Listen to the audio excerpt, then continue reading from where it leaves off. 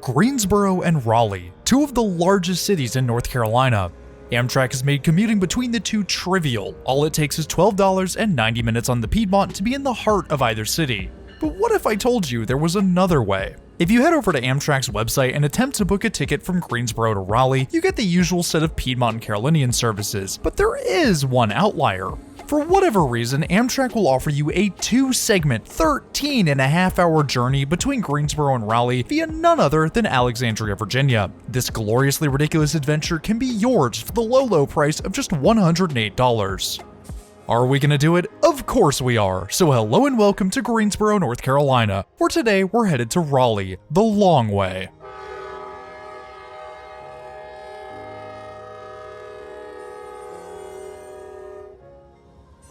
Our adventure begins bright and early at Greensboro's J. Douglas Galleon Depot, 6:45 a.m. to be exact. The station building is almost entirely empty this early in the morning, with only a few passengers scattered throughout. Making a pit stop at the Quick Track kiosk, we can pick up our ticket for this ridiculous ride. Segment 1 today is on Amtrak's Crescent, which will take us 5 hours and 50 minutes north to Alexandria. Train 20 is running a bit ahead of schedule, so we head out to Platform 1 a few minutes before 7:15.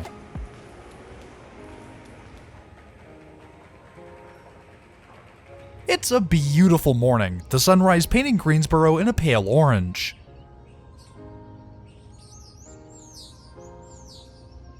We get a quick surprise while we're waiting as a Norfolk Southern hopper train passes by on Track 1.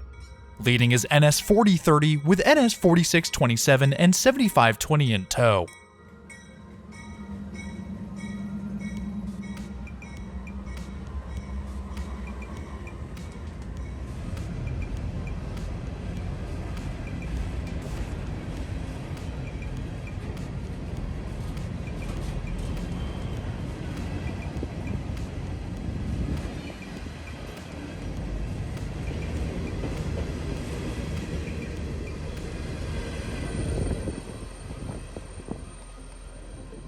The Norfolk Southern train clears the station and our train pulls in. Powering the Crescent today are GE Genesis P42 DCs number 157 and 201. Behind are 3 Amfleet 2 coaches, an Amfleet 2 cafe, 2 Viewliner sleepers, and a combination sleeper baggage car. Train 20 grinds to a halt and we can climb aboard.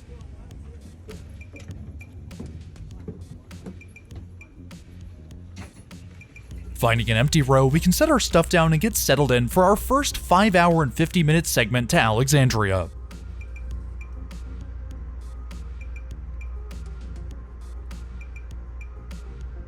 As we roll out of Greensboro, we can take a moment to look at our ridiculous route over to Raleigh.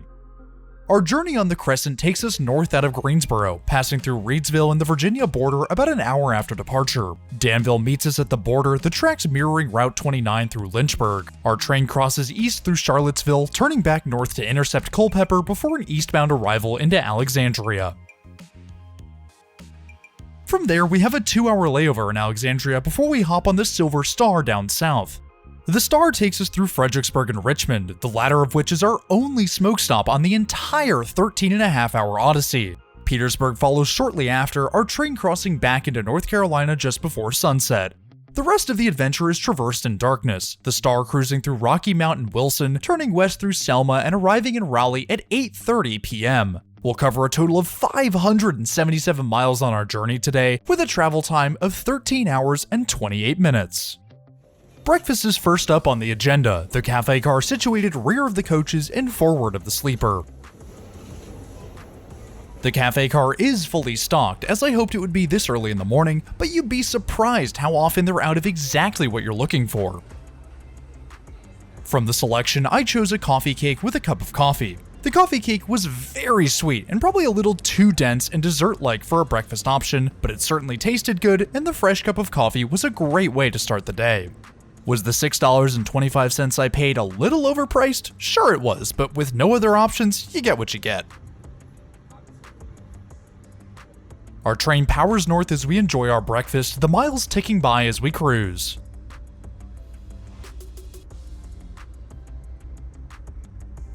Amtrak's Crescent and all of their eastern long-distance trains operate with Amfleet 2 coaches. Amfleet 2 coach seats are awesome. They include a ton more legroom than their Amfleet 1 counterparts, and with the relatively recent upholstery refresh, they're super comfortable as well. Sitting down, I have more than 2 feet between my knees and the next seat, the space beneath providing a great place to really stretch out. Amtrak's long-distance coach seats each include a footrest which folds down from the seat back. The seat back pocket is in good condition, the safety information card tucked inside. The tray table folds down from the seat in front, extending across the chasm between rows.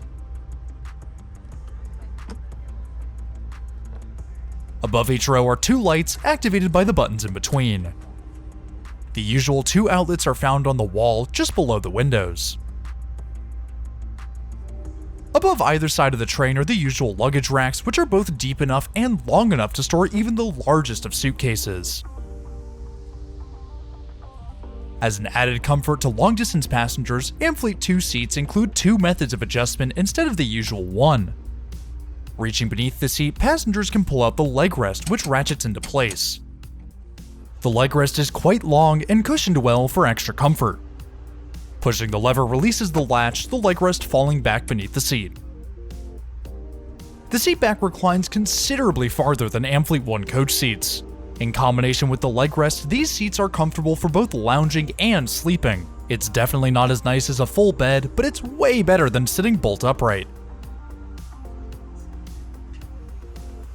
Now, if you're a frequent rail commuter, then you'll know that things can get loud. Try as you might, regular headphones just don't do enough to block out the sounds of steel on steel. I myself never travel without a pair of noise-canceling headphones, which is why I'm happy to introduce today's sponsor, Soundcore, and their brand new Liberty 4 NC earbuds. Soundcore's Liberty 4 NCs are proven to reduce environmental noise by up to 98.5% as certified by SGS. The Liberty 4 NCs feature Soundcore's all-new Adaptive Active Noise Cancellation 2.0, which creates and tunes a real-time noise-canceling curve tailored directly to the user's ear canal and environment. ANC 2.0 means that everyone gets the same great noise cancellation no matter the shape of your ear canal or the environment of your ride. Often noise cancellation comes at a cost to sound quality, but Soundcore has you covered. The 11mm drivers combined with the high-res wireless audio provide crisp studio quality sound in a form factor that still fits in your pocket. And there's no need to worry about forgetting to charge these because they'll last all week. The earbuds themselves can hold 10 hours of playtime on a single charge, with a case adding another 40 for a total of 50 hours of playtime. If you're short on time and out of power, then there's no need to wait around for your earbuds to charge, as 10 minutes in the case gains 4 hours of playtime. The Liberty 4 NCs are on sale now, come in 5 beautiful colors, and for only $99.99, they're a steal for their quality. Shrink the noise wherever you go with Soundcore Liberty 4 NC. Long-distance travels can be boring at times, but fortunately Amtrak's Amfleet 2s have been outfitted with Wi-Fi. I mean, it's not great Wi-Fi with only about 1.59 megabits down and 1.14 up, but it's certainly better than nothing. I was able to stream a few videos here and there, albeit at low resolutions, but I'll take what I can get. As we make headway through Virginia, the western sky begins to darken, and a glance at the weather radar reveals why. Creeping its way across the eastern US is a massive storm front that seems to be leaving severe thunderstorm warnings in its wake. Our slower eastbound crawl means it's now a race against Mother Nature herself to see if we would be caught up in what looks like a pretty nasty storm. Our engineer kicks it into high gear, or as high a gear as we could get to on 79-mile-an-hour track, and we power on. Approaching the DC area, a severe thunderstorm warning is issued for the surrounding area, the front bearing down on the nation's capital.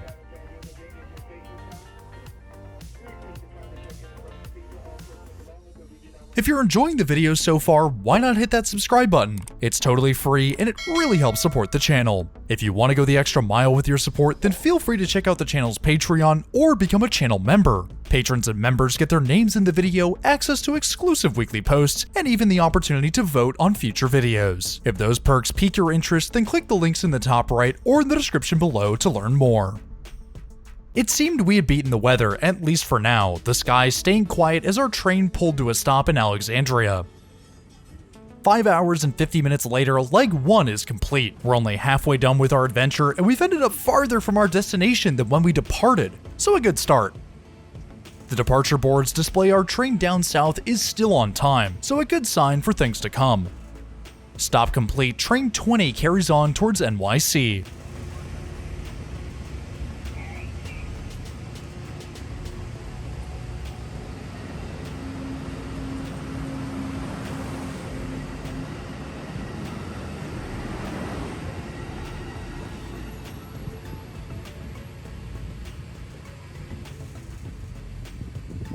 With 2 hours to kill and an impending downpour, it's time to find somewhere to wait out the weather. Alexandria station certainly fits the bill, but I'm looking for lunch, so it's off to a cafe. Well, the plan was to head to a cafe, that is until a horn rang out from a southbound CSX manifest train.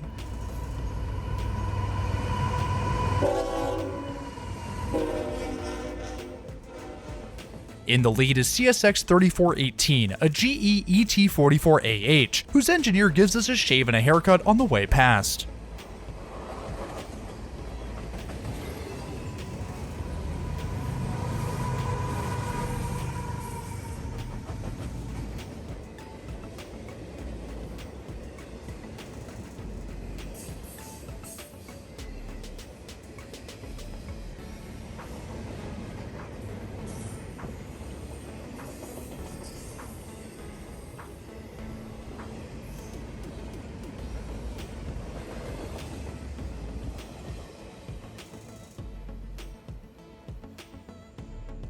Foreboding clouds hung over the George Washington Masonic National Memorial as we stepped out front, so it's a sprint to the coffee shop nearby to wait out the storm. We only just stepped inside before the heavens opened, drenching every square inch of Alexandria.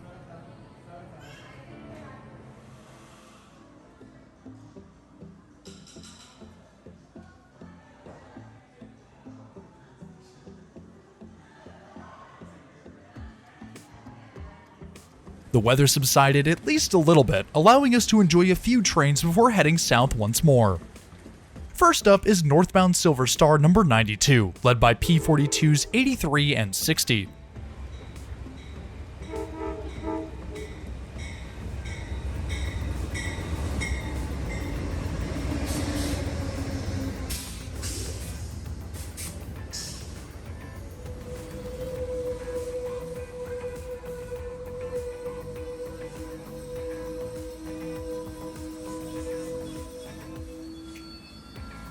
There was hardly anyone waiting to board, so 92 is off and running only a few minutes after arrival.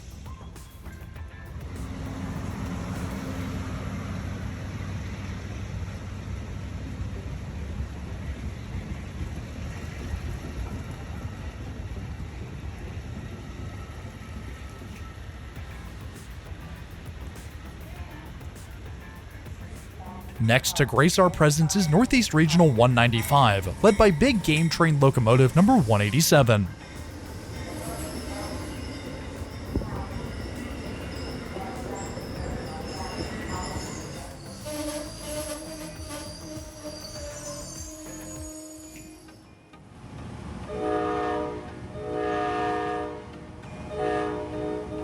There was more demand for the regional than the northbound Star, the stop lasting a bit longer than its long-distance counterpart.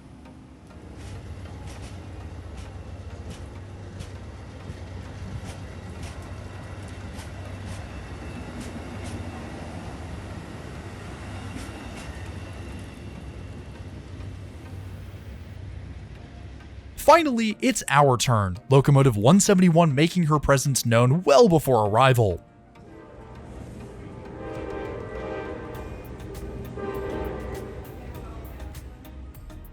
Segment 2 of our adventure is a 5.5 hour ride on the Silver Star.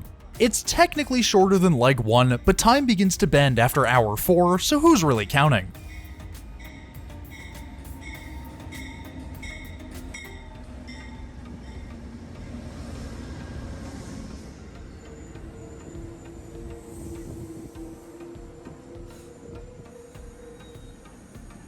Heading to the awaiting attendant, we can get our seat assigned and off we go for part 2. Next stop, Raleigh, North Carolina.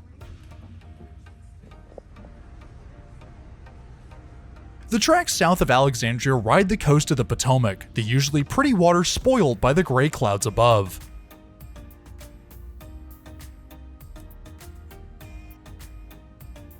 After a 2-hour layover, it feels good to be back up to speed, our train cruising down the high iron at 70 miles an hour.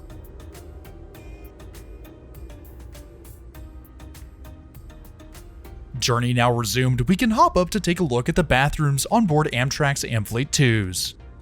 The bathrooms are standard Amtrak stuff, this one a better example than most. The sink worked, though it could have done with a boost in pressure, with half a bottle of soap and plenty of paper towels.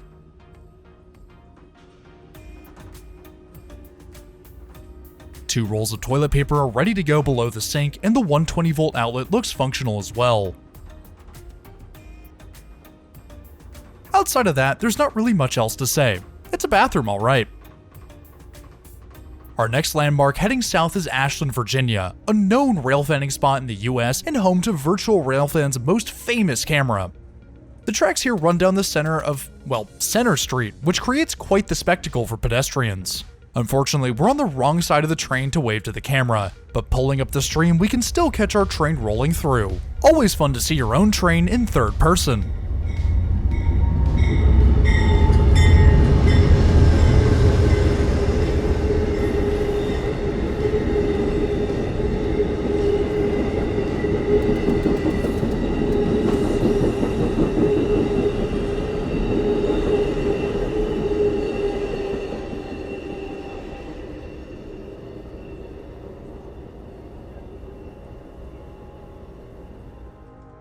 Richmond follows shortly after, our only smoke stop for today. Of course, we're stopped at Richmond Staple Mills, the station a full 6.5 miles from downtown Richmond.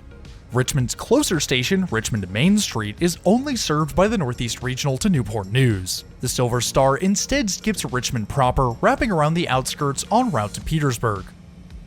Speaking of Petersburg, it's up next, and to get there we have to leave, so back on board we go.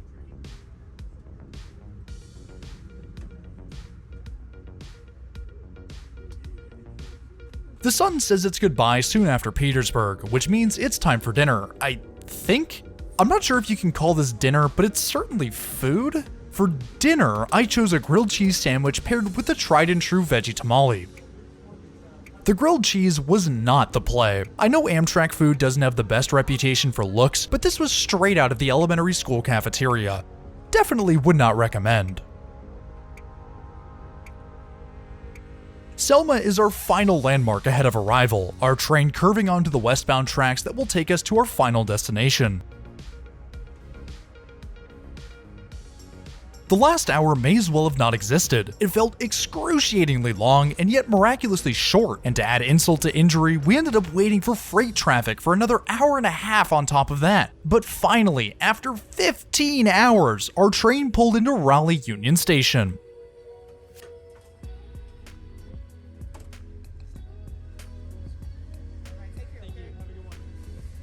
Journey now over, a question arises. Why?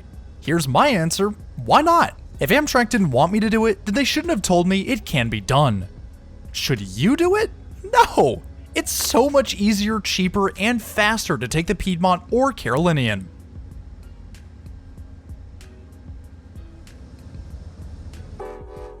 With one last horn blast, our engineer puts the hammer down, and train 92 continues on towards Miami.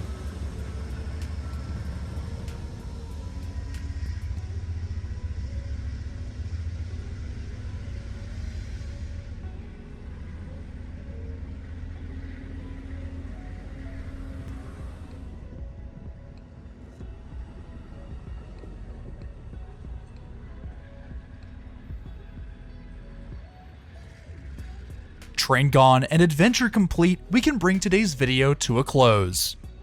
Next week, we'll be out on the West Coast for the 10,000 subscriber special, a full ride on Amtrak's Coast Starlight. Anyways, if you're new around here, I would really appreciate it if you hit that subscribe button down below. It's totally free and it really helps support the channel. I also want to give a huge shout out and thank you to my patrons and channel members. Y'all are amazing, and I cannot thank you enough for your incredible support. If you too want your name in the video or just want to support the channel in more ways than one, then head on over to the links in the description below. But anyways, that's all I have for today. Thanks for riding with me, and I'll see you in the next one.